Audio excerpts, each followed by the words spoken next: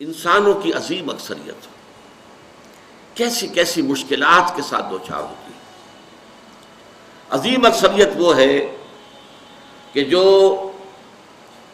کمر توڑ دینے والی مشقت کرنے کے باوجود 2 وقت پیٹ بھر کر کھانا نہیں کھا سکتے، جن کے بچوں کو علاج کی سہولت میسر نہیں، مشقت، محنت، تکلیف، نہ صرف محنت و مشقت، محنت و مشقت کے اعتبار سے تو ہم یہ کہہ سکتے ہیں کہ انسان بھی لدو اونٹ کے مانند ہے یا کولو کے بیل کے مانند ہے، لیکن حیوان اور انسان میں اس اعتبار سے بڑا فرق ہے۔ انسان میں احساسات، رنج، غم، صدمہ،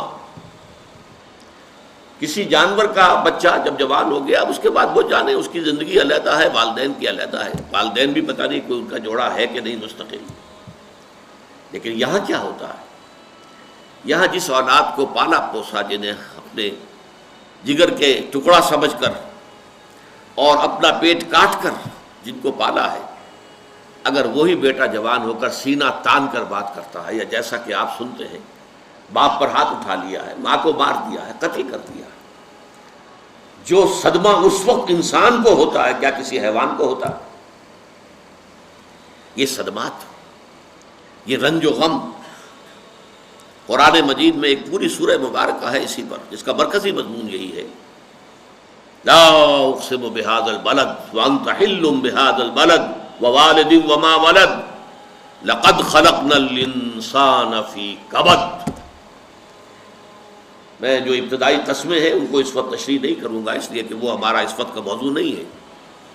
جس چیز پر قسمیں کھائیں اللہ نے 3، لا اقسم بہذا البلد وانت حل بہذا البلد ووالد وما ولد، 3 قسمیں کھا کر بات کیا کہی؟ ہم نے انسان کو محنت اور مشقت ہی میں پیدا کیا ہے۔ محنت اور مشقت ہر انسان کا مقدر ہے۔ عام طور پر سمجھا یہ جاتا ہے کہ غریب لوگوں کے لیے یہ معاملہ ہے، نہیں، اصل میں محنت اور مشقت کی شکلیں مختلف ہیں۔ کوئی شخص دفتر میں بیٹھا ہوا مشقت کر رہا ہے، کسی کی ذہنی مشقت زیادہ ہے، کسی کی جسمانی مشقت زیادہ ہے۔ یہ جسمانی مشقت والا جو ہے تھک ہار کر رات کو سوتا ہے تو صبح کی خبر لائے گا، وہ پوری طرح ٹانگیں پھیلا کر سوتا ہے۔ اور یہ جو ذہنی مشقت کرنے والے ہیں، لمبی لمبی کاروں میں چلنے والے اور بڑے بڑے محلوں میں رہنے والے، ایئر کنڈیشنڈ آفیسز اور بنگلوں میں رہنے والے، ان کی راتوں کی نیند حرام ہو جاتی ہے۔ ان کو جو مسائل درپیش ہوتے ہیں، انہیں جو صدمے ہوتے ہیں، انہیں جو فرسٹریشنز ہوتی ہیں، یہ نقصان ہو گیا ہے، یہ معاملہ ہو گیا ہے، فلاں نے یہ کر دیا ہے، فلاں پرابلم پیدا ہو گیا ہے، یہ ساری چیزیں جو ہیں یہ اس غریب مزدور کے لیے نہیں ہوتی۔ آپ کو معلوم ہے ہپنوٹکس کی ضرورت جو ہے انہی عمرا کو ہوتی ہے، سیڈیٹیوز کی ضرورت انہی کو ہوتی ہے، ٹرینکولائزرز انہی کو چاہیے، انہیں نرم گدیلوں کے اوپر نیند نہیں آتی۔ تو مشقت اور محنت ہر ایک کے لیے ہے۔ صدمہ، غالب نے بہت خوب کہا تھا، قید حیات و بند غم اصل میں دونوں ایک ہیں۔ موت سے پہلے آدمی غم سے نجات پائے کیوں؟ یہ انسان کا مقدر ہے، یہ تو ہو کر رہنے والی شے ہے۔ غم تو رہے گا، صدمہ رہے گا۔ آپ کو شاید یاد آیا ہو، ایک بڑی عظیم ہستی گزری ہے انسانی تاریخ میں، گوتم بدھ، کپل وستو کا شہزادہ، at the prime of his youth, 30 برس کی عمر، اس نے مشاہدہ کیا لوگوں کو، لوگ دکھوں میں ہیں، لوگوں کے لیے مصیبتیں ہیں، لوگوں کے لیے تکلیفیں ہیں۔ ایک اندھا آدمی دیکھا اس نے چلتا ہوا جو ٹھوکر کھا کے گرا اس کے نگاہوں کے سامنے، اس نے سوچا یہ کیا ہو رہا ہے، کیوں ہے یہ اندھا کیوں ہے؟ کسی کو اندھا پیدا کر دیا جاتا ہے، پیدائش کے اندھا۔ کسی والدین کے سامنے اس کو بچہ جو ہے دم توڑ رہا ہے، کچھ نہیں کر سکتے، ٹک ٹک دیدم دم نہ کشیدم، جا رہا ہے تمہارے ہاتھوں میں سے، نکل رہا ہے، جا رہا ہے۔ قرآن مجید میں بھی سورہ واقعہ میں قسم کھائی گئی ہے، فلولا ان کنتم غیر مدینین ترجعونها ان کنتم صادقین، واپس لے سکتے ہو تو لے لو، موت کے پنجے سے چھڑا لو اگر تمہارے اندر کوئی طاقت ہے۔ نہیں، جا رہا ہے، رو رہے ہیں۔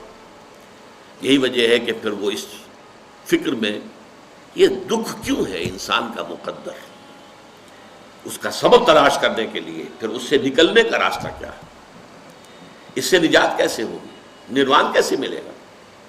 پھر آپ کو معلوم ہے 30 برس کی عمر میں جوانی کا دور، جوان بیوی کو رات کو سوتے ہوئے چھوڑ کر گیا ہے، شیرخوار بچہ چھوڑ کر گیا، محل چھوڑ کر جا کر خاک چھانی ہے، کہاں کہاں پھرا ہے، کن کن رشیوں منیوں کی خدمتیں کی ہیں، کہاں کہاں گیا ہے، کتنا وقت لگایا ہے، کن کن جنگلات جو ہے اس کے خاک چھانی ہے اس نے۔ بہرحال اسے کیا ملا کیا نہیں ملا یہ میں اس سے بحث نہیں کرتا، اس لیے کہ ظاہر بات ہے کہ وہ حضرت مسیح علیہ السلام سے بھی قبل کی شخصیت ہے، اور اکثر لوگوں کی تعلیمات بگڑ گئی ہیں۔ حضرت مسیح علیہ السلام کی تعلیمات اگر قرآن مجید ہمیں نہ بتائے تو ہمیں کیسے معلوم ہو کہ ان کی اصل تعلیم کیا تھی؟ عیسائی جس مسیح کو ماننے والے ہیں اس مسیح کو تو ہم نہیں مانتے، اللہ کا بیٹا تو ہم نہیں مانتے، لیکن اگر قرآن مجید واضح نہ کرتا تو ہمیں کیسے معلوم ہوگا؟ اسی طرح گوتم بدھ کے بارے میں جو کچھ کہتے ہیں ان کے ماننے والے، اس کی طرف نہ جائیے، وہ کیا تھا حقیقت میں ہم نہیں جان سکتے، لیکن یہ ضرور ہے کہ اس کے فلسفے کا جو مین تھیم ہے سروم دکھم، all is pain, all is suffering, all is agony, سروم دکھم، درد ہی درد ہے، رنج ہی رنج ہے، غم ہی غم ہے، قید حیات و بند غم اصل میں دونوں ایک ہیں، موت سے پہلے آدمی غم سے نجات پائے گا۔ لیکن اس اعتبار سے اگر آپ غور کریں گے تو چلیے انسان حیوانات کی صف میں آ گیا بس، لیکن نہیں، انسان کی ہیومن ٹریجڈی کا نقطہ عروج بالکل ایک اور ہے۔ مرنے کے بعد پھر اٹھایا جائے گا، پھر جواب طلبی ہوگی، کیا کرتے رہے زندگی بھر؟ تم نے حقیقت کو پہچاننے کی کوشش کی؟ تم نے حق پر چلنے کی کوشش کی؟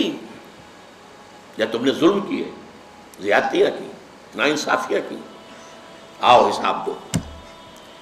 حیوان سے یہ محاسبہ نہیں ہے، نباتات اور حیوانات اس سے بری، انسان ہے۔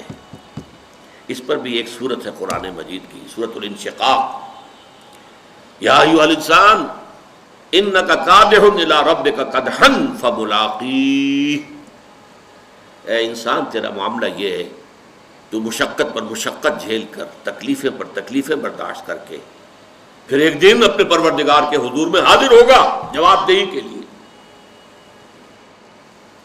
ثم لتحسبن بما تعملون، حضور کی ایک خطبے میں جو الفاظ آتے ہیں، واللہ لتموتن کما تنامون، خدا کی قسم تم سب مرو گے جیسے کہ ہر روز شام کو سو جاتے ہو، رات کو سو جاتے ہو۔ یہ نیند بھی موت کی بہن ہے۔ ثم لتبعثن کما تستيقظون، لیکن پھر جیسے روزانہ صبح بیدار ہوتے ہو ایسے ہی ایک صبح قیامت آئے گی کہ سب اٹھا لیے جاؤ۔ ثم لتحسبن بما تعملون، پھر تمہارا محاسبہ ہوگا، that grand accountability، وہ مسئولیت عظیم، پوری زندگی کا حساب، چھوٹی سی چھوٹی باتیں۔